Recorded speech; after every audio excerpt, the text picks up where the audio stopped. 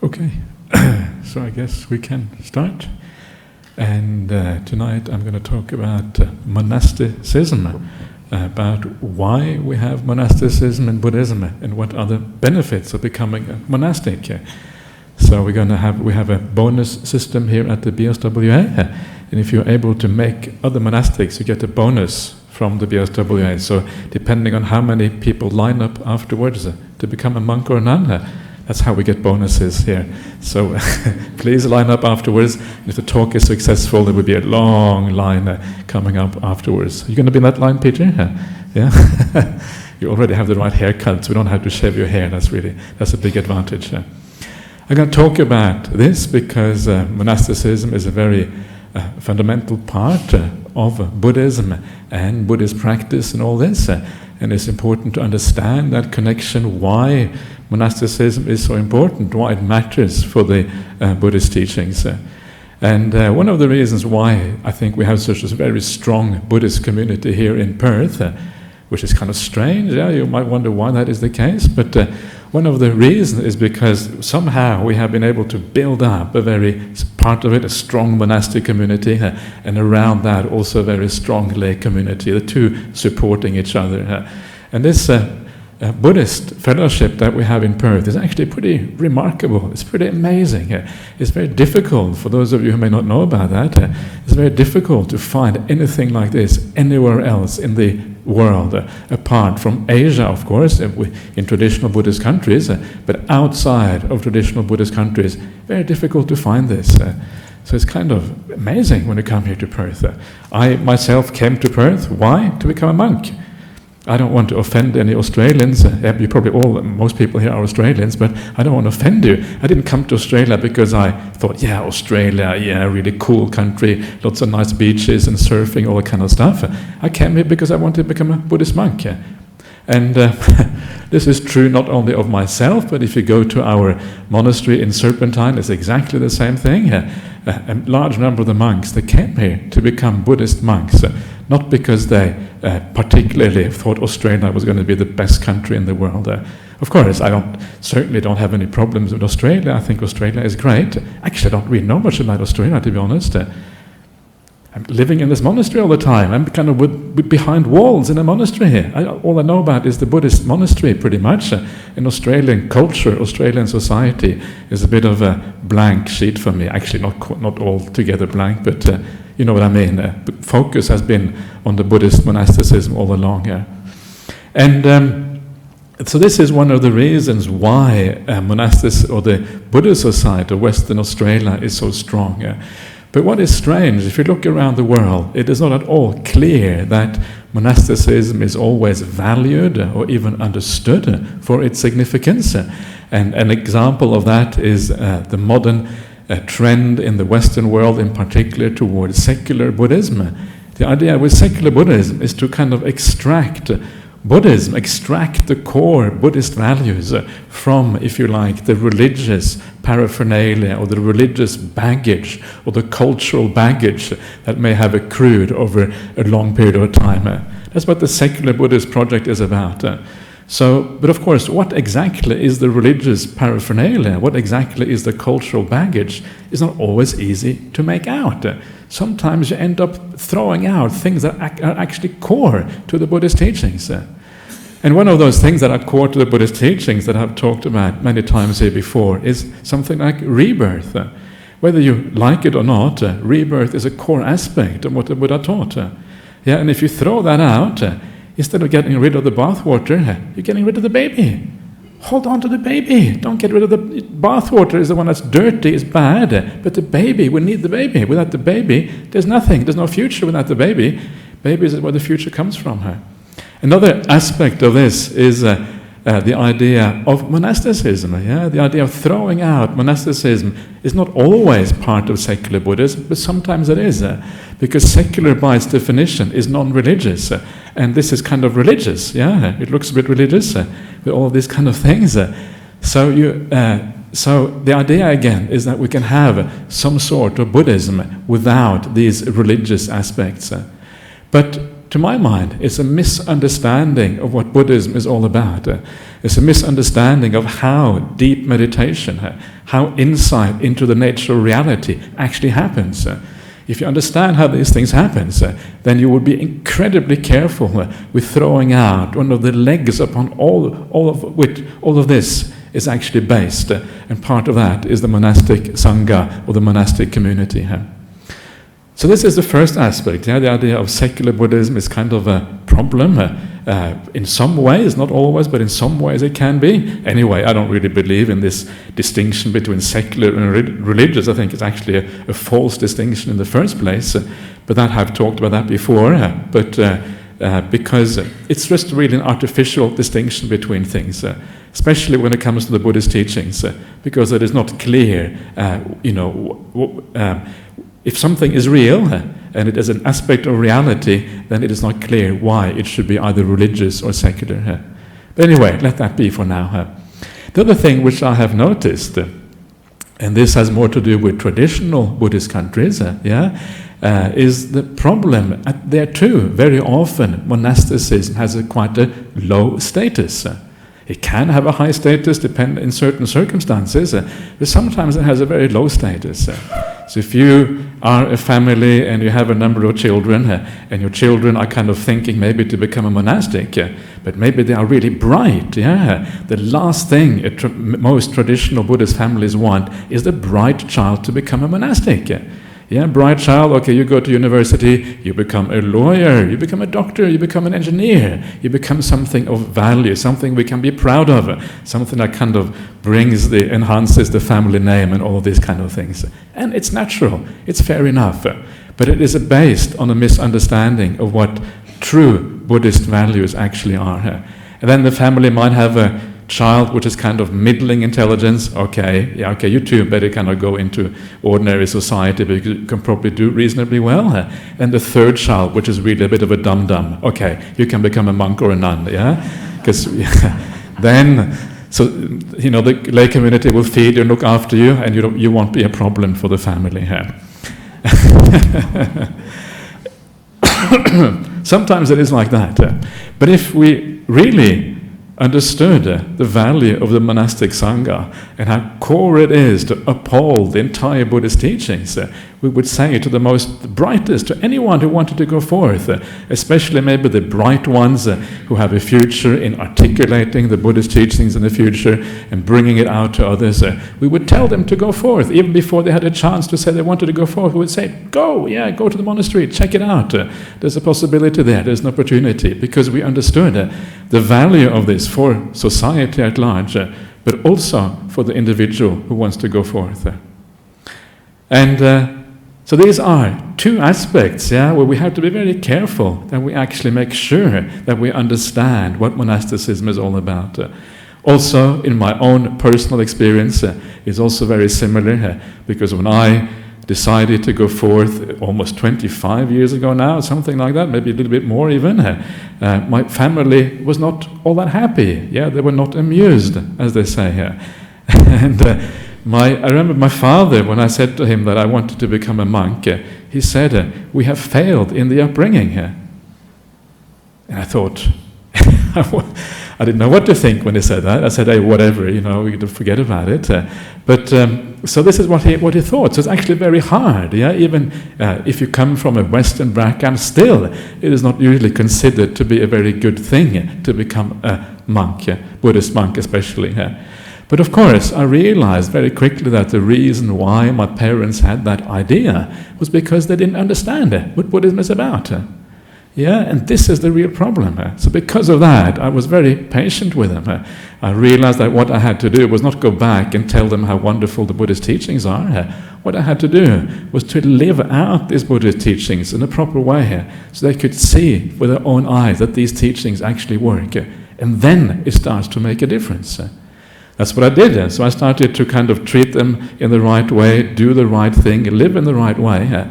And what I saw made me understand what is really the critical thing to enhance, if you like, the status of monasticism in the world. Because I realize if you live this life well, if you practice in the right way, if you treat people with kindness and care, as I did with my parents, there's something starts to happen inside of them. Initially, they reject completely what you have chosen, but after a while, as they start to understand what is going on, gradually, things start to turn. And when I had been a monk maybe 10 years, 12 years, things had really started to change. And there came a point where I went back home to visit my family, and they kind of sat me down and said, okay, let's do some meditation together. Give a Dhamma talk to the family. Yeah, my whole family was there. It was kind of astonishing. 15 people or something, everyone together, all the in-laws and everyone, and I would give them a Dhamma talk. That's kind of strange experience. It was the last thing I had expected to happen when I became a monk originally. But what happened here was that gradually they came to understand the profundity of what is going on. They could see with their very own eyes how a certain teaching could change somebody. I was a bit of a scallywag when I was young. Just like most people, I was a bit opposed to my parents and kind of trying to rebel and all these kind of things. And then something happened. Something changed. Something fundamentally changed. When we had conversations that were more profound, more meaningful, they had to do with things in life that actually mattered, instead of being just superficial and kind of irrelevant, as very often they are. And all of this gradually turned them around, and it made a massive difference. And I understood that the reason why society doesn't value monasticism, whether it is traditional Buddhist societies that are often, traditional Buddhists are very often fed on a menu of Jataka tales and stories in the sutras, often stories that got nothing to do, sometimes a little bit to do with Buddhism, but often also missing the point of what Buddhism is about. Or Buddhists in the West who are new Buddhists, who have a kind of an inkling of what Buddhism is about, but the understanding is still very shallow. So education is really the thing that matters. If we can educate people about why monasticism matters, then it will get a different status, and perhaps more people will choose to become monastics in the future. So this is what I learned through my own personal experience. So why does monasticism matter? And first of all, I'm going to talk about this a little bit just from a general point of view, from the point of view of Buddhism as a whole. Why does it matter for Buddhism as a whole? And then afterwards, I'm going to talk about it more from the personal view. Why does it matter for individuals to choose the monastic path rather than living a lay life? And to start with, just to talk about the why monasticism matters for Buddhism as a movement in the world. One of the things that struck me very powerfully when I was reading the word of the Buddha, and I've talked about this many times before, but it was something that was very strong when I read this. And this is where the Buddha, on the very final days of his life, on the very last part of his life, he's walking this long walk, starting in Rajagaha, which is the capital of the Magadhan Empire, and eventually ending up in Kushinara, which is where he passed away a few months later on. And because the Buddha knows that this is his last journey, so to speak, walking on foot over these vast distances in northern India, hundreds and hundreds of kilometers that he walked, because he knows this is his last journey. He also teaches the people around him what to do after he's passed away. What is the Buddha's true legacy? What are the teachings everyone should think about? How will they be able to survive without the Buddha? Until now, they have asked the Buddha for every tiny little thing that they needed to know. They asked the Buddha, and suddenly the Buddha is about to disappear. So this is a very kind of powerful time in the Buddhist community, and everyone is kind of listening to the Buddha's word very carefully to try to take on board how to survive after the Buddha has passed away. You can imagine what it feels like, when someone so powerful and so important, so central, the most central person to Buddhism, of course, in Buddhist history, the most powerful spiritual genius in recorded human history. That's what I say anyway. Maybe recorded and unrecorded history. I don't know, it's hard to know about unrecorded history, but anyway. And this is who the Buddha is. Now he's about to pass away. Everybody is kind of holding on to his words, trying to hear what he has to say. How are we going to survive after he's passed away? And in one of these instances, the Buddha talks about 7 things that would lead to the survival, longevity, and growth of Buddhism in the future, as opposed to things that lead to the decline of Buddhism. And of these things, there are things that you might expect, such as living together in harmony, etc., etc. But one of the things that always stood out to me among these 7 things, the Buddha says that as long as the monastic sangha enjoys forest dwellings, so long will the Buddhist teaching and Buddhism in the world grow and have a long life. The moment they stop enjoying those things, you can expect the decline of Buddhism. Yeah, living in the forest is one, for the monastic sangha to live in the forest is one of the things that sustains the Buddhist teachings. And of course, who is it that tends to live in the forest? Well, it is precisely monastics. Why is it that living in the forest is so important? Why does it matter so much? And one of the things that you always see in the sutras is this, whenever the Buddha talks about meditation practice, he talks, for example, about the Anapanasati Sutra, which is the sutta or discourse on mindfulness of breathing. It always starts off by saying, you go to an empty hut, you go to the foot of a tree, or you go to the forest. Empty hut, foot of a tree or the forest, it means that you withdraw from the world, you withdraw from the ordinary life, and that is where real meditation happens. If you want to do real Anapanasati, you're welcome to come here to Dhammaloka on Friday night. It's great, it's good, it's very useful, because you learn the basics, you learn the foundations, you get a bit of peace in ordinary life, which is actually a wonderful thing to do. So I think the service that we provide here on Fridays and Saturdays is actually incredibly valuable and incredibly useful. But if you want to take meditation to where the Buddha says it should be taken, if you want to do mindfulness of breathing in a way that takes it all the way to the conclusion, what is possible by merely watching the humble breath, the place to do that is in the forest. And that is why, one of the reasons why monasticism is so important. And it's not just the Anapanasati Sutra, it's not just that discourse, but it's throughout the Buddhist discourses, this idea of secluding yourself from society, secluding yourself from the noise, the cars, pollution probably doesn't matter so much, but the noise, the cars, the sensual realm of the city. What is the city? The city is a realm of sensuality, as a realm where you enjoy yourself, the realm where you go out, where you have entertainment, all of these kind of things, where you meet people, where you date or whatever it is. All of that happens usually in cities. In the forest, it's very different. You withdraw from all of that. The Buddha has this idea of 2 kinds of seclusion. These 2 kinds of seclusion are called kaya viveka and chitta viveka. I always add a few Pali words because it sounds very impressive when I add a few Pali words. It gives me more authority. I have to build up the authority a little bit, so I kind of add those in there. So please excuse me. So kaya viveka, chitta viveka means seclusion of the body and seclusion of the mind. And the idea is that the first kind of seclusion that we need to pursue is the seclusion of the body. So first of all, you draw yourself out from society, from the ordinary things, how we ordinarily live. And only then, when you withdraw from ordinary society, that's why we have Jhana Grove Retreat Center, that's why we have Buddhist forest monasticism. Only when you do that is it really possible to also withdraw the mind, seclude the mind from the echo of all of those things in the world. And that echo is the noise and all the kind of problems in the world. It is also all the sensuality that always engages you when you live in the city, when you live around other people. When you withdraw from that physically, after a while, the mind also withdraws. And then it is possible to actually gain access to deep meditation. This is how it works.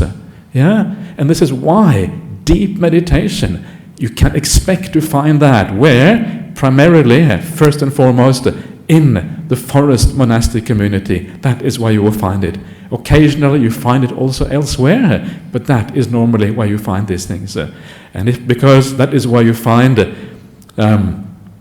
deep meditation, that is also where you can expect to find deep insight. And if you have deep insight, what that means is that you understand the very nature and profundity of the Buddhist teachings. And it is those people who actually have direct insight into the Buddhist teachings. They are the ones that carry that teaching on into the future.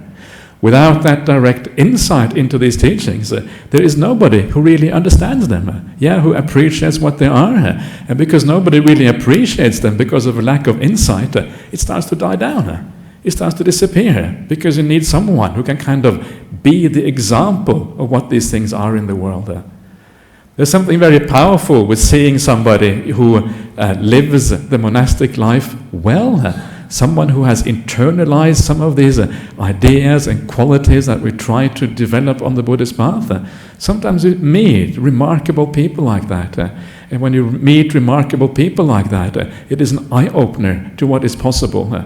If you just read the word of the Buddha, black print on the white page or pixels on the screen or whatever it is only theory. But when you see it in reality, it becomes far more powerful. And to give you some examples of seeing it in reality, there's some very simple examples from my own life. Actually, simple, maybe that's the wrong word.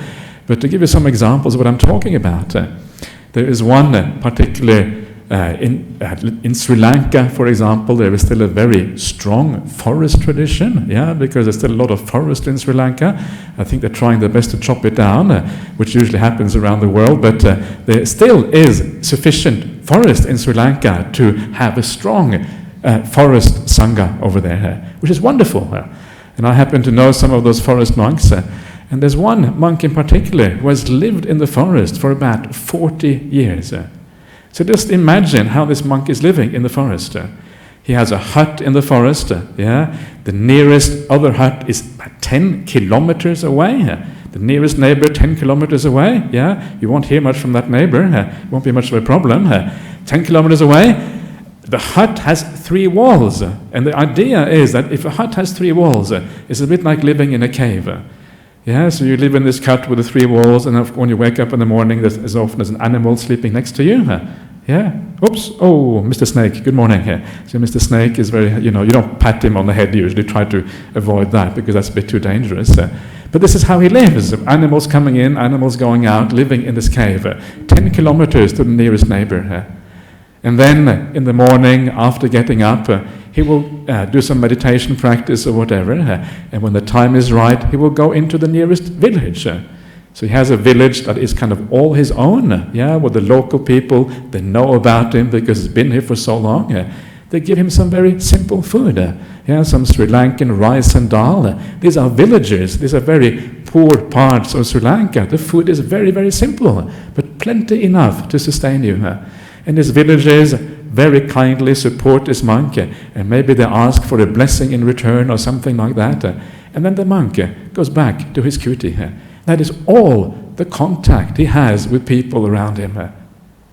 Kind of extraordinary, isn't it? That's all the contact he has. When he comes back to his kuti, what does he have in this hut in the forest? There's nothing there. There's no entertainment. There's nobody to talk to. There's nothing going on. All he has are the trees and the elephants and the snakes around him. And he's perfectly, perfectly happy like that.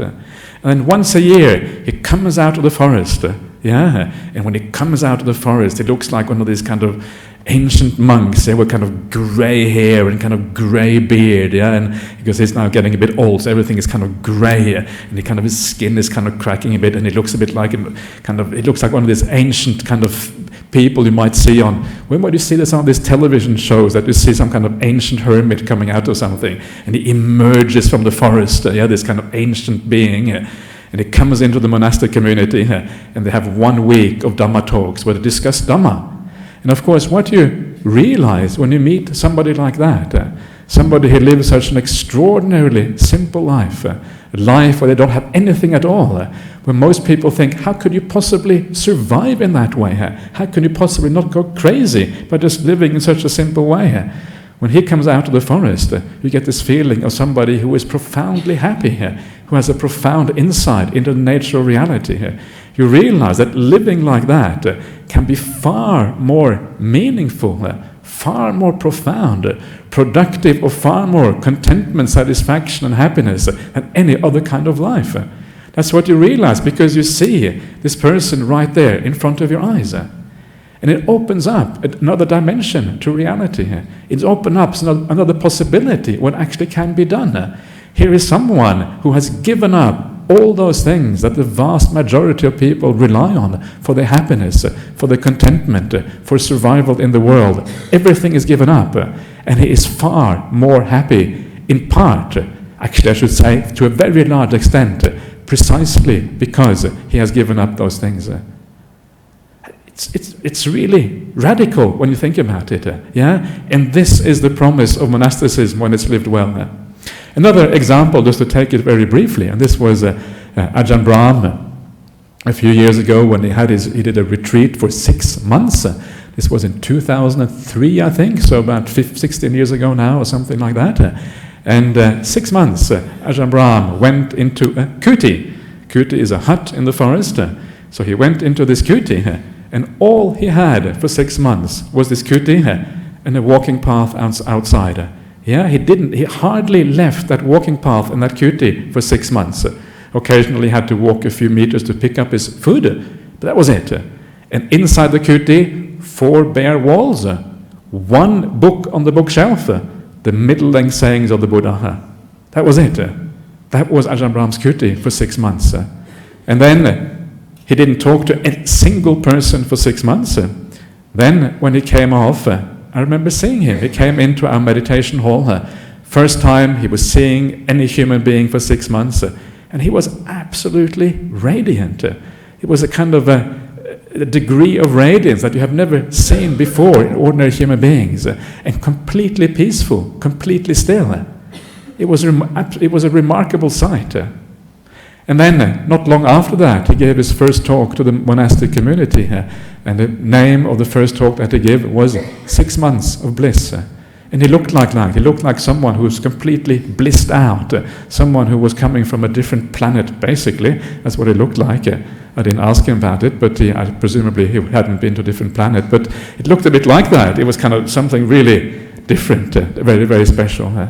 And again, it reminded me when I saw that, there's something more in this world. You know when you see these things, there's something profound going on, something profound that actually is accessible for each one of us if we practice in the right way. And this is the promise that monasticism makes clear, makes manifest, because this is what happens in monastic life, if monastic life is lived well. But only, of course, if it is lived well. So this is the idea of why monasticism matters.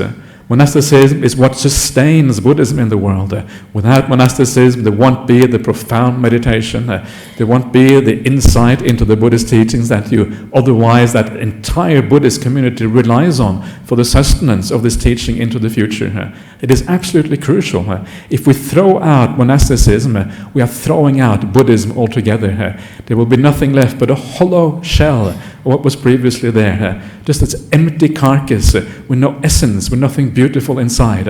And we still will be nice, we can still be kind to each other and all of that, but it won't have the profundity, the depth that really makes Buddhism something incredibly powerful and beautiful. So this is the first part, why it matters so much. And probably from hearing about that, we can also realize why it matters so much to us as individuals as well. This is the second part I want to talk a little bit about. Why become a monastic? This is where we will find out if I'm able to persuade you or not. So why be a monastic and see what happens as a consequence of this. So why, if these things I just talked about are true, then of course it kind of makes sense why you want to become a monastic. But just to put this in a little bit more of perspective, I think it is useful to kind of compare the spiritual life with the worldly life. Of course, as a lay Buddhist or as a lay person, you can combine the spiritual life and the worldly life to some extent. Of course you can. So these are not kind of complete opposites. But the point is that as a monastic, you can take it to a fulfillment of that spiritual practice. And this is what makes it special. So the problem with the worldly life is that you are always completely engrossed or completely enveloped in the five sense world. That is pretty much all we know when we live the ordinary life. From the moment you wake up in the morning, we're always concerned about the things around us, the things that we can see, hear, feel, etc., eat, taste and smell. Everything basically is about that five sense world. The problem with that five sense world is that it is inherently problematic. It is so dangerous because it is always moving, always changing, things always coming and going, people getting sick and dying, things getting taken from us and disappearing. It is so inherently unstable. And this is one of the important things to understand about the five sense world, or the world outside, or the world around us, that it is inherently problematic and unstable. And this is why the minds of people, generally when you live in the world, the mind is like this yo-yo. It goes up and down. It's like a roller coaster. Suddenly you feel really high, you feel really happy. Before you know it, you're down in the dumps. You're depressed, And it doesn't take that much. Sometimes one person saying the wrong word and you get really upset and angry and you feel really bad about it. Sometimes the right thing happening in your life, wow, and you're on cloud 7. You're so happy. Things are going so well. And of course, this is much more pronounced when the big things in life happen. People dying, people passing away, big things that really affect us very powerfully emotionally. So the life in the five sense world is like this yo-yo of up and down, always so incredibly uncertain, not knowing what is going to happen next. And that compares enormously with the monastic life, which is based basically on spiritual practice. With the spiritual practice, it is you no longer base your happiness, you no longer base your meaning of life on all of these external things that are so unreliable. Instead, you focus on the spiritual things in the world. You focus on kindness, you focus on generosity, and very much you focus on the meditation practice. And that meditation practice is precisely the withdrawal of the mind from the five sense world. This is what we specialize in as monastics. And with that withdrawal, you lose that sense of being on a roller coaster, always being pulled around by the senses, always being pulled around by the ups and downs of the world, and instead you gain a certain steadiness. And that is ideally what you should see, as you progress in a meditation practice. If you are a monastic who is having some degree of success in meditation, you find that you become much more even. You get this evenness in life. Things don't touch you so powerfully anymore. And to give you an example of what I mean, I mentioned here a few weeks ago that my own father passed away about 2 months ago now, and I had to go back to Norway, where I come from originally, because that's where he was living, and to kind of conduct a funeral service and all of that. But what was kind of astonishing to me was that how untouched I was by that event. For most people, when someone very close to you dies, usually it can be very emotionally difficult. And I looked at some of my other family members and some of the friends of the family, and I could see how difficult it was. But as a monastic, because you had kind of learned to withdraw from that world, because you had applied yourself in a different area, it no longer touched you in the same way. You were able to look upon this with different eyes. Of course, it's not just about the development of the mind, it's also about the philosophy of life that also matters. I'm not going to talk about that now. All of these things come together. But this ability to withdraw and see the larger pictures and getting your happiness somewhere else, getting it within rather than without, actually makes an enormous difference. So this is what monastic life is about. It's a withdrawal from that uncertain world outside to an inner world inside, which is free, largely free from that massive uncertainty that is always there in the world. We don't know where the world is going to go next. We don't know what's going to happen to our loved ones. We don't know what's going to happen to our belongings. We don't know what's going to happen to our own body.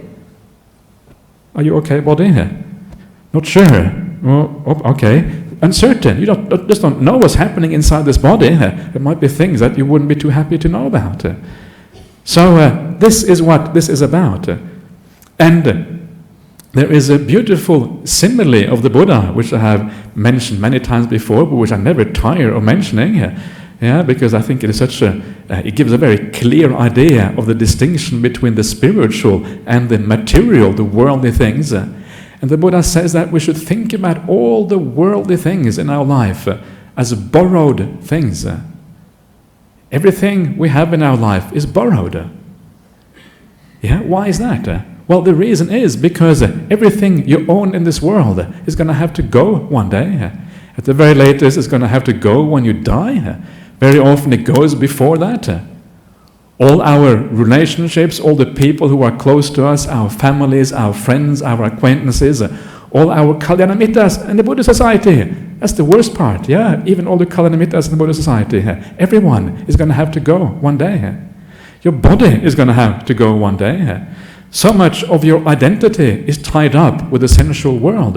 Who you think you are is tied up with being maybe Australian, with being a certain gender, with being from a certain background, with being a certain religion, with being of a certain socio-economic group, having a certain education, having a certain status or whatever. It's all tied up with this life. The moment you die, you're going to have to give it up. Everything pretty much in our life is borrowed. It's kind of scary, isn't it? It's all borrowed. What does it mean? It means you're going to have to let it go one day. It's like having a car. You travel somewhere overseas or even within Australia and you rent a car. How do you feel about that rental car? Well, you feel, okay, I'm going to have it for a few days, and then when you come to give it back again to the kind of the company, Hertz or Avis or whatever they call these kind of rental companies, you don't say, oh no, please, I want to have the car, it's such a nice car, I'm really attached to this car. You don't think like that, because you just rent it anyway, so you're happy to give it back. How does that compare if you own a car? It's a very different feeling, isn't it? Owning a car and renting a car feels very differently here. You're very keen on how your owned car, what it looks like, that it's just right, that it feels good, and you don't want people to kind of do anything bad with it because it's your car. That same difference in feeling between a rental car and a car you own should really be the same thing that we have, same kind of feeling we have towards everything in life. Everything is just rented. We should be willing to let it go, just like we are willing to let go of that rental car. Because if we are not willing to let it go, it's going to be problematic down the line. It's a hard ask, I'm asking too much, right? It's too much to ask this because most people are not ready to let go of everything. I'm not sure if I'm ready to let go of everything. But the idea here is not so much that we should just do it. The idea, this is something to aspire towards because we understand that there is a real problem. So what is the car in this metaphor, in the simile? What is the thing that we actually own? If the rental car is like all the things in life that we have to give up, what is the car that we own? What is the one thing that the Buddha says we own in this world? The one thing that we own in this world is a karma. The Buddha says specifically we are anyway, he says we are the owners of our karma. This is one of the kind of classic statements that you find in the sutras. What does it mean to be the owner of your karma? And it doesn't mean anything very theoretical or very kind of difficult to grasp. What it really means is the idea that whatever spiritual qualities that you build up in this life, whatever goodness you build up in your heart, whatever peace you develop in your meditation practice, whatever compassion that you're able to develop towards the world around you, these qualities that make you light and bright inside, these are the qualities that you take with you into the future, also after you pass away. And that's why you own these things, because you bring them with you for the long term into the future, whereas everything else you have to give up. That is what you should focus on. And this is why the monastic path is so powerful in part, because you focus on these things 100%. One of the great things about monastic life is that almost everything you do as a monastic is charity. When I come here to the Buddhist Society to give a talk, when I travel overseas, when I do my little work duties at the monastery, help building work or whatever it is, everything is really charity work. I do everything to help myself, of course, because when you do charity, you're also helping yourself, but also to help others. When you go back to your kuti and you do a meditation practice, obviously that is part of spiritual practice. When you study the sutras or you learn Pali language, that too is part of the spiritual practice. So everything you do is part of the spiritual path. Everything is there to build up what you own, what you can take you with you into the future, and not those things that stop when you die.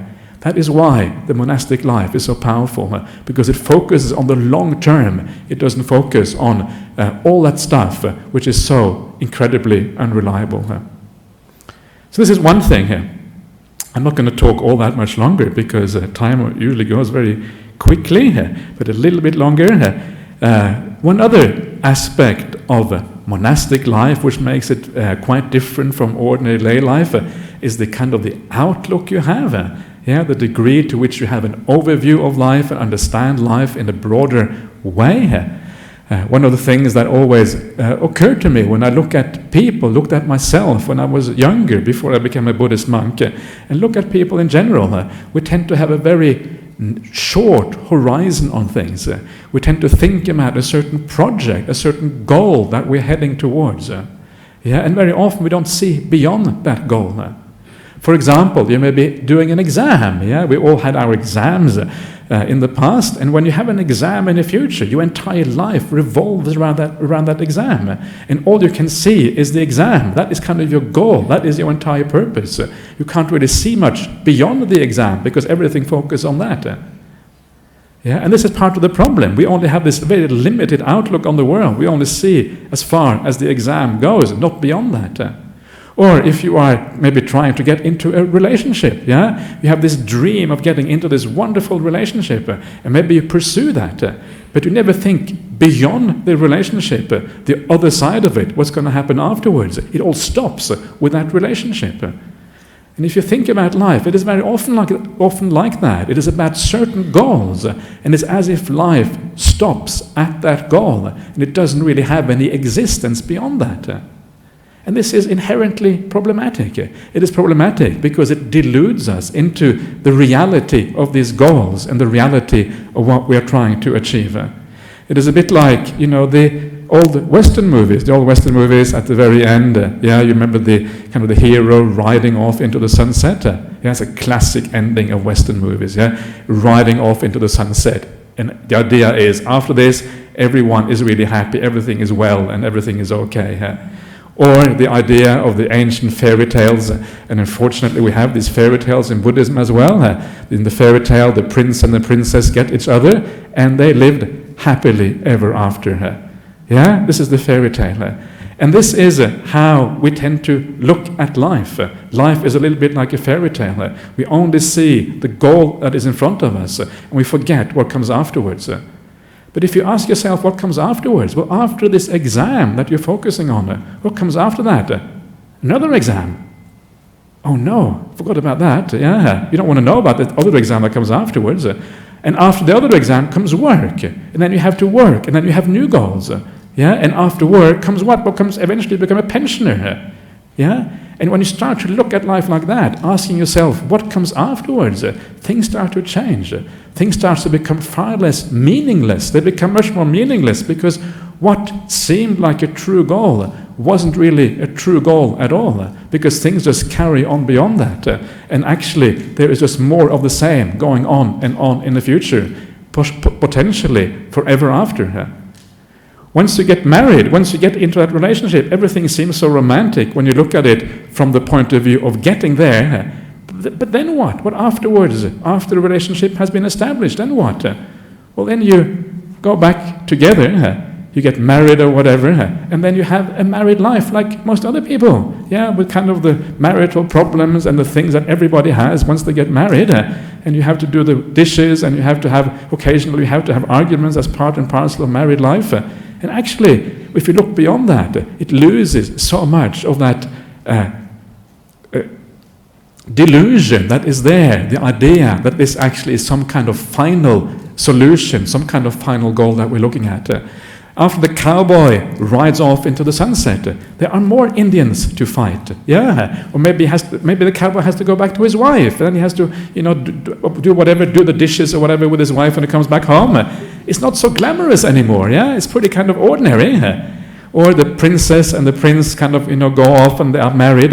They're not happily ever after. Ever after is more problems. There's more of the same. Then they get divorced.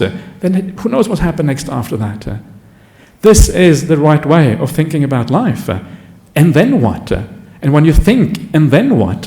Then you start to see in the big picture, things are far less meaningful than what they seemed.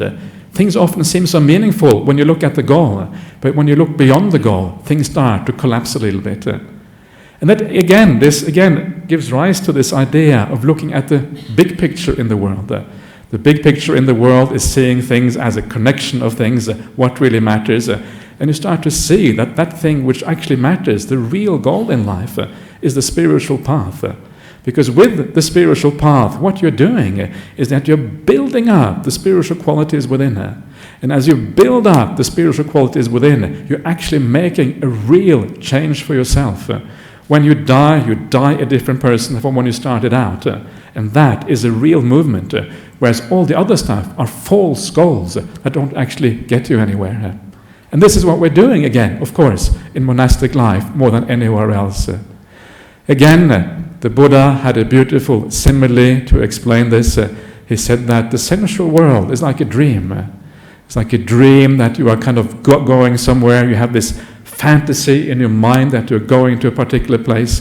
But actually, that place you're going to never really materializes. You never actually reach that point that you think you're going to reach. There's just more of the same afterwards. There is no real satisfaction. There is no real conclusion. There is no real goal or purpose to what you have been doing here. Yeah, this is the problem with that sensory world. It just goes on and on and on. And if you think of these things in a multi-life perspective, it is far, far worse. And this is why the idea of rebirth is so powerful also from this particular perspective. So come out of the dream. Yeah, get into reality instead. Be mindful of what you're doing. Live well. Do the right thing. Think about how the process of how you live, rather than all of these empty goals. The process is far more important than the goals. If you can live the process right, then you are living a spiritual life. Then you are living in the right way. Because then, when at the end of the day, if you reach the goal or not, doesn't matter so much.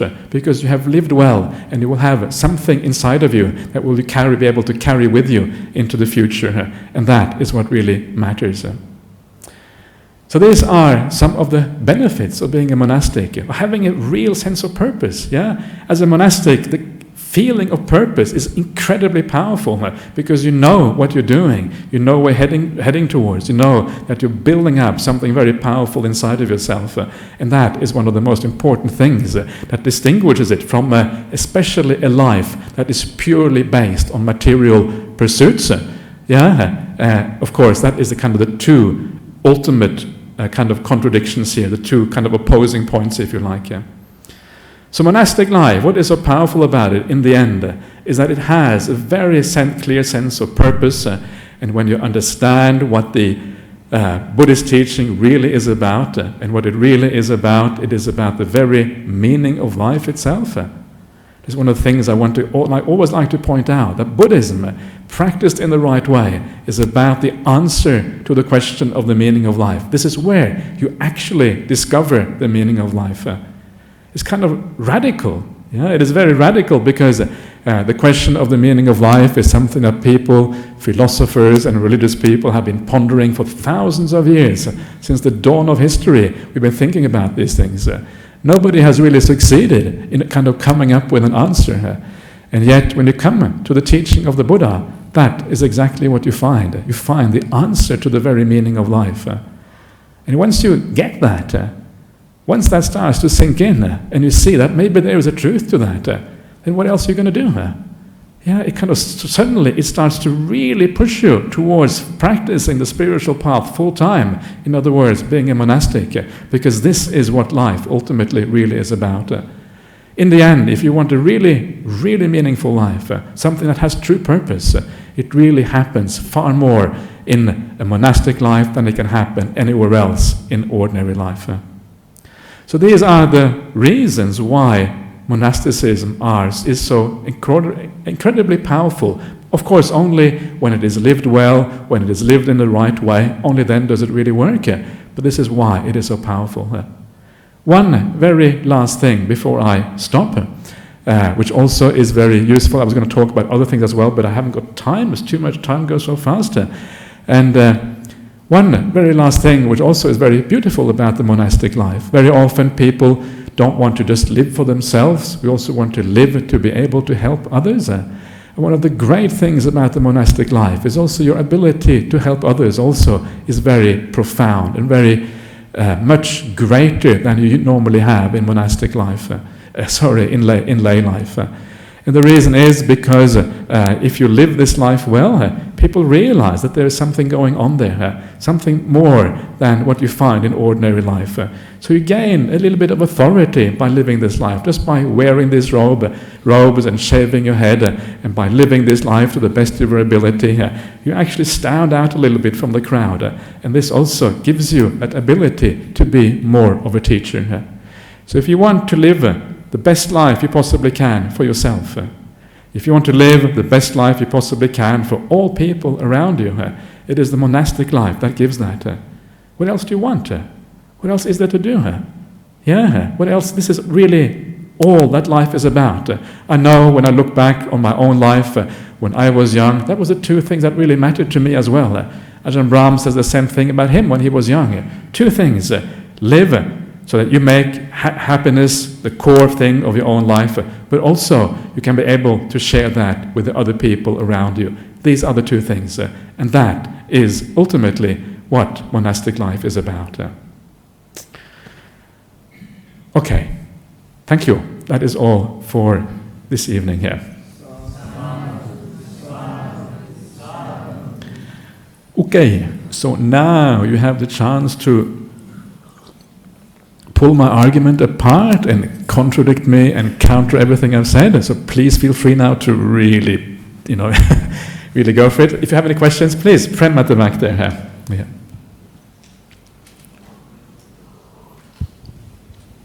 Ajahn, you mentioned the 7 factors that enable successful thriving of Buddhism in the world.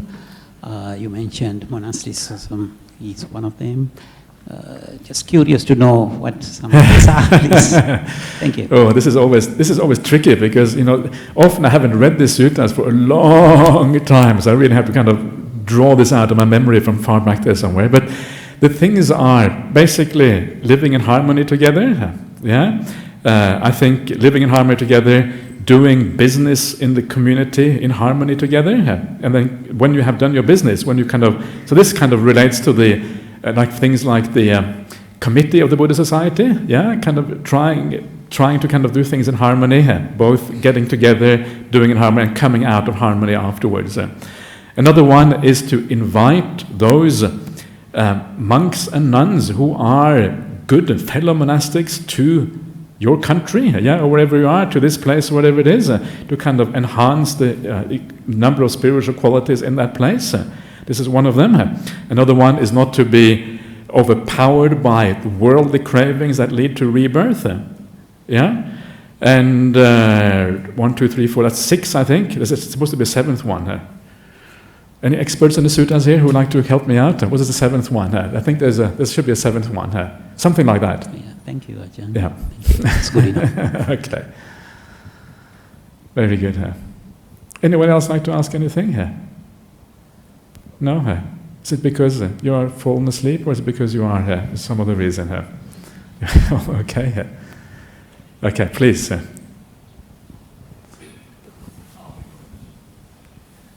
So I'm thinking of having a child, and to me, like, having a child's a pretty amazing event in life. But from what you've said, it'd be unwise to have a child because that leads to unhappiness, and it's not worth having a child. I'd be better off going into the woods.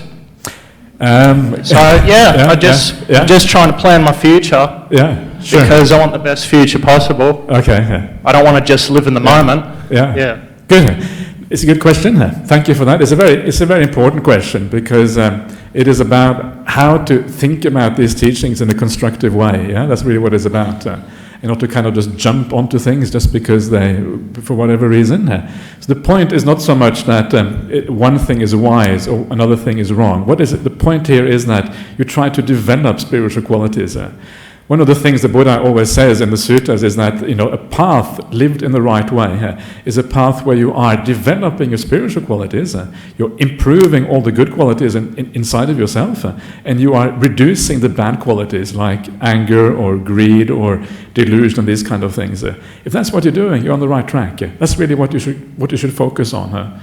And sometimes having a family life or having a whatever, if you use it wisely, if you live it wisely in a good way, and you use that opportunity to have more compassion, understanding, love, or whatever it is, if you use it in the right way, it can also be part of a spiritual path. So what you have to do, and this is really the right way, you have to kind of allow these things to happen naturally. Yeah, you have to ask yourself, what does it feel like for me? And if for you it is not natural to become a monastic, you shouldn't do it. You shouldn't do it based on some theory or some idea. I am telling you, or the Buddha is saying so. That doesn't really work. It has to come from an emotion inside which tells you, this is what I want to do. This matters. This is important. That's when it works. But if you try to push it on yourself and try to push away a natural feeling that you want to be, be in a relationship and have a child or whatever, then it's not going to work for you. So allow things to come naturally. And if you want to have a child, go for it. But make the most out of that thing of having a child. Make it into part of the spiritual path, because you understand that actually developing the spiritual path is in the end what is going to be best for you, and also what is going to be best for the child and for everyone else around you. This is how I would recommend you to think about this. But isn't having a child part of the sensual world? It is. So doesn't that have downfalls to it? It's everything at the right time and the right place. So you can say that from the point of view of the Buddha. The Buddha might say, well, he may not want to have a child, the Buddha, but the Buddha is at a higher level. So you have to allow that kind of wisdom or that insight to arise in yourself gradually. You can't force these things. If you're coming from just intellectual ideas and theory, it's not going to work. So be careful. Just think about it, and if it makes sense, then you move in that whatever direction makes sense to you. So just allow it to percolate, allow it to think about it, and then you do what feels right in your particular situation. That is the right way to use these things. In the end, you can live a good life, even as a family person. If you live it well. Ultimately, the real distinction is not between lay life or monasticism. The real distinction is between the worldly life and the spiritual life. And the more spiritual qualities you bring into your ordinary life, the more you are following this path at any rate.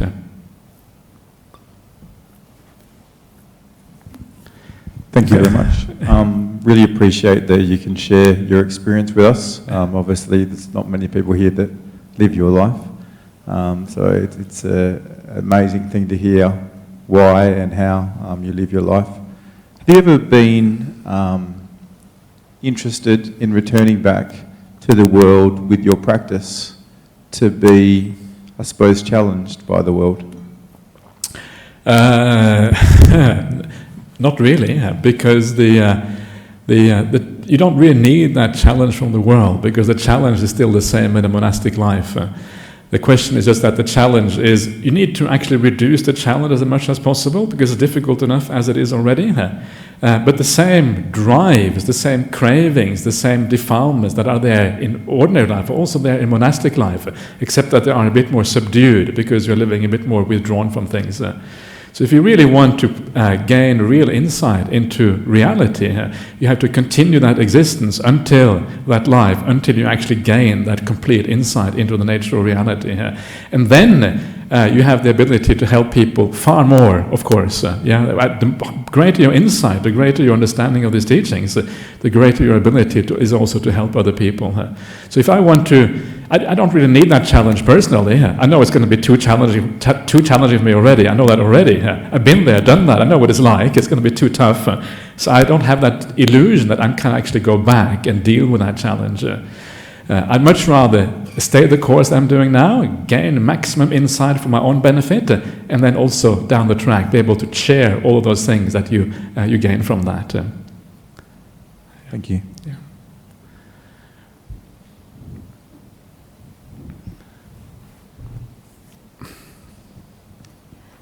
Thank you, Ajahn Brahmali. It's always a pleasure to listen to you. But I just like to say to the man about the child, I just thank your parents for having you. I thank the Buddhist parents for having the Buddha. Yeah. I mean, imagine if the parents were monastics, the Buddha wouldn't be born. So, but also, I think it's just such a. I live a very monastic life without being a monastic, and I really love my life. I love my spiritual life. I have I've got all the external world around me, the pleasures, the joys. Every day I teach yoga, tai chi, qigong, all these wonderful things. Every night I meditate, but I have a great joy of life without being a monastic. So thank you. Okay, good. Yeah, I would, even if my parents had been monastics, I would still be here. I would just have different parents. Yeah, because the things that make you be born in this world is not your parents, it's your craving, your desires that lead you right to rebirth. So I'd be here one way or another anyway. Yeah? Thank you. That's Thank good, you. isn't it? Yeah. Same with the Buddha, by the way. Okay. And the Buddha did have a child as well. He did, yes, he did. Exactly. So that's exactly. You can't even become a Buddha after having a child. That's a good point, actually. Yeah. So that's okay. Is there anything from outside of the? Is anyone else? One more over there. Ajahn Brahmali, thank you very much for the sermon. It was very informative. I just had a brief question as to what the actual path would be for someone to become a monastic in Perth. Okay, the path is you come down to the monastery, stay with the monastery for a while, see if you like it. You may hate it straight away and never come back again. That's one possibility. Yeah, it's not for everyone. If you enjoy it, then you go up to Ajahn Brahmali and say, please, I want to become an Anagarika. Yeah, get me to the top of the list because the list is quite long. It's hard to get into our monastery. That's the reality of it. And you should be lucky that you're Australian citizen. Yes, I am. Yeah. Okay. So that incredible advantage straight away because it means you go very quickly to the top of the list. If you have been born overseas or you had an overseas passport, much more difficult. So come and then beg Ajahn Brahm, please take you board. You become an Anagarika, be an Anagarika for a year, become a novice monk for a year, and then you get a full ordination after 2 years, and then you are hopefully on the highway to Nibbana as a consequence. You make it sound very easy. Thank you very much. Okay. So, okay.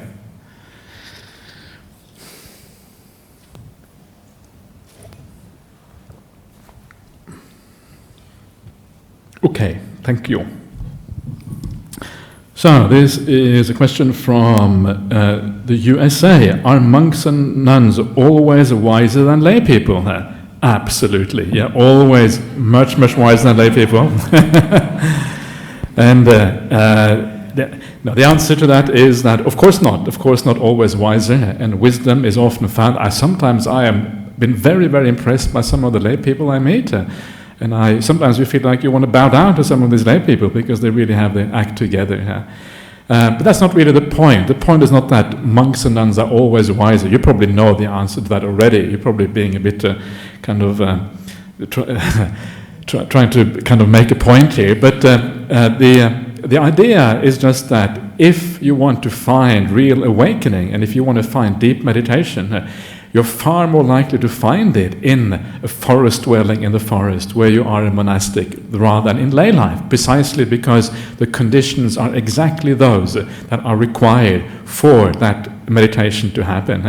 Much more difficult in lay life. There are many other things that are really great about being a monastic. For example, you have a good community around you, like-minded people, people who think like you, who push you in the same direction. You're in the monastery. I have a kuti, a hut in the forest. When I'm in my hut, I see nobody else. I'm really secluded. It's a wonderful thing to live like that. Even though it's only a tiny space, it's an incredible privilege to be able to live so secluded from other people.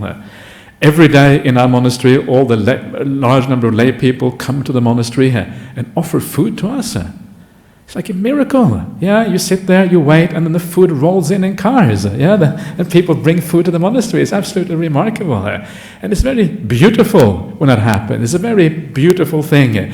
You sit there, the lay people offer the food, and then you feel a sense of you have kind of inherited something from the Buddha. This is only possible because the Buddha existed 2,500 years ago. If I had just gone to a building, put on some weird clothes and shaved my head without the Buddha, it wouldn't work. It's because of the Buddha that this actually happens. So monastic life is has all these wonderful things to it that makes it more likely that you will gain these things, especially if you live the monastic life well and if you live it in those conditions that the Buddha recommended. But of course not. It's not the case that monks and nuns are always wise than lay people. It is up to you to decide who is wise by looking at them and making sure they have those qualities that show wisdom. Okay, next one. B. Okay, that's a name presumably. Does monasticism exist in the Deva realms? I cannot find anything about it in the sutras. I do not think monasticism exists in the Deva realms. I think, but what you do have in the Deva realms, you do have Buddhism, and there are Devas in the Deva realms who actually seem to attain stages of awakening in the Deva realms when the Buddha goes up and teaches. So there's no monasticism there, but it seems that it's possible still to move forward on the Buddhist path. Okay, last one. This is from YJ. The clergies of other religions are expected to serve the community, but in some parts of Asia, the lay people are expected to serve the monks. Shouldn't the monks serve the community? The answer to that is yes. I think monks should definitely serve the community, but it depends on what you mean by serve. There are many different ways of serving the community, and I think the main purpose of a monastic is to teach the Buddha's teachings. It becomes available to anyone who's interested in these teachings. That is the main purpose. Because ideally, if you have lived your life well and you have insight into these teachings, hopefully you have the ability to pass them on to other people as well. And this is kind of the main purpose. To me, these teachings are so beautiful and so powerful, so life-altering if they are lived well, that it is just a pleasure and a privilege to be able to share these things with other people. That should be the main role of a monastic. And if we can do that much, I feel that we have provided the greatest service that is possible to provide to anyone. Remember, what is a teacher? What does it mean to provide a service to someone? Well, when you provide a service to someone, you help them to achieve some happiness. Providing a service means helping somebody. It means removing a problem, removing suffering, adding happiness to their life. If you go to university, a professor helps you to understand a certain subject, and that is why you respect that professor to some extent. They give you access to a certain amount of understanding that gives you happiness and reduces your suffering in life. But with Buddhism, it goes straight to the core of what it means to be a human being.